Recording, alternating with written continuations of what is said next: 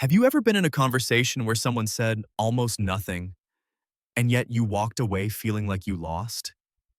You did all the talking, you explained yourself, you filled every gap, and somehow, by the end, you felt exposed, judged, smaller.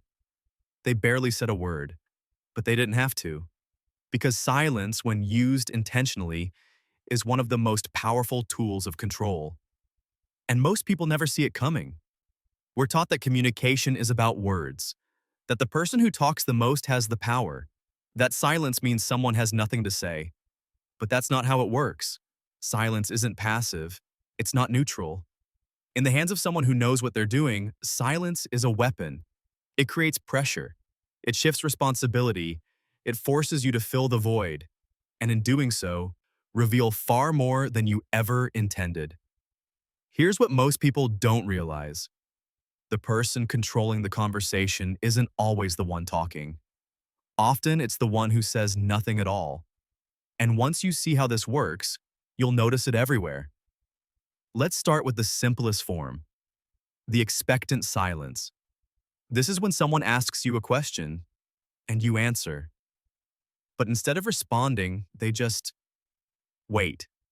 They look at you, they nod slightly, but they don't speak. And something inside you panics because the silence feels like judgment, like your answer wasn't enough, so you keep talking. You add more details, you justify, you overexplain, and the longer you talk, the more you give away. Here's the psychology. Humans are wired to avoid uncomfortable silence.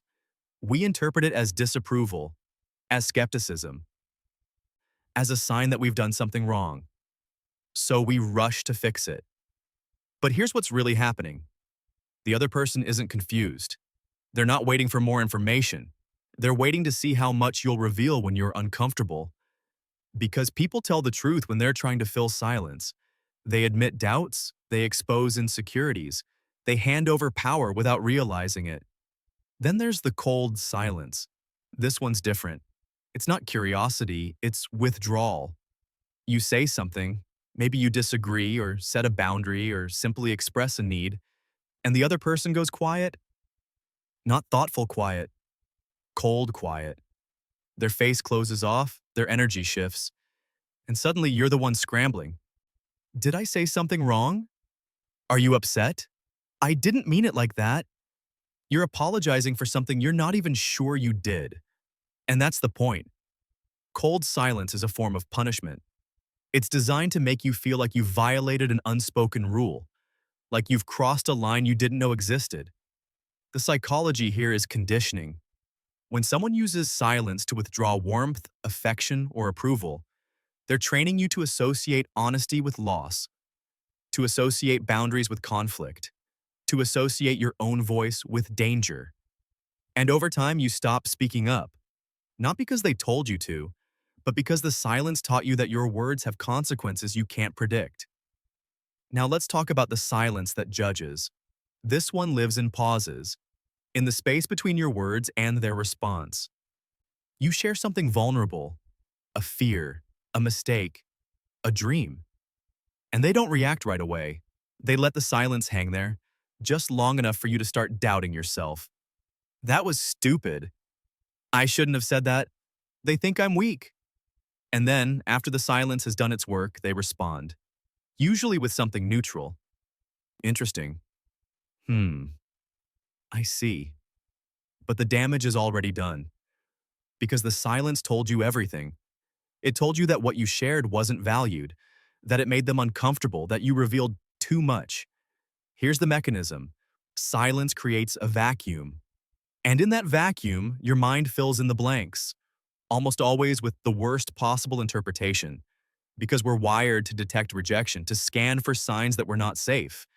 And silence, in the absence of reassurance, feels like rejection. So you start to edit yourself. You share less. You second-guess more. You perform instead of connecting. All because someone knew that saying nothing would make you question everything. Then there's the silence that redirects. This one's subtle. You're talking about something that matters to you, something you need to discuss, and the other person listens. But they don't engage, they don't ask questions, they don't acknowledge what you said. Instead, they let a silence sit. And then they change the subject, smoothly, casually, as if what you just said didn't matter. And you feel it. That sinking realization, they're not going to address this. But here's the trap. If you bring it up again, you look needy, pushy, like you're forcing the conversation. So you let it go. And the silence wins. Because the message was clear.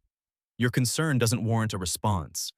The psychology here is dismissal without confrontation. They didn't argue with you. They didn't tell you that you were wrong. They just moved on. And that silence communicated something louder than words ever could. What matters to you doesn't matter to them. Here's what you need to understand. If you feel controlled by silence, it's not because you're weak. It's not because you're overly sensitive. It's because you were raised to believe that silence is neutral, that it's just the absence of words, but it's not. Silence has a shape, a texture, an intention.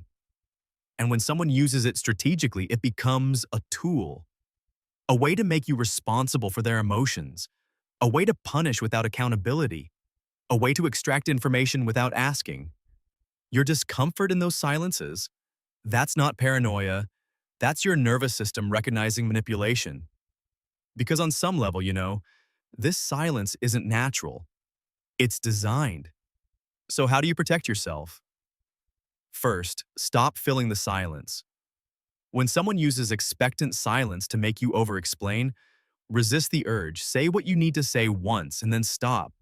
Let the silence be theirs to manage. Second, name the pattern. If someone consistently uses cold silence to punish you, you're allowed to say it. I notice that when I bring up something difficult, you go quiet.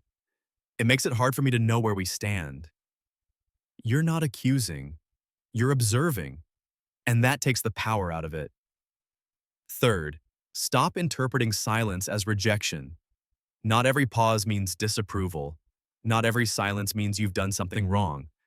Sometimes people are just processing. But if silence is consistently used to make you doubt yourself, that's not communication. That's control. And fourth, trust your emotional residue. If you walk away from a conversation feeling anxious, confused, or small, even though nothing was said, pay attention. Your nervous system is giving you information. Silence left that mark, not you. Here's the truth. The most controlling conversations aren't always the loudest. Sometimes they're the quietest. And the people who wield silence with precision know exactly what they're doing. They know that silence makes you doubt, that it makes you perform, that it makes you shrink, but now you know too. And once you see it, you can stop participating. If this explained something you felt but couldn't name, subscribe. There's more where this came from. And if you've ever felt controlled by what someone didn't say, drop a comment. You're not imagining it. The silence was never empty. It was always saying something. You just weren't taught how to listen.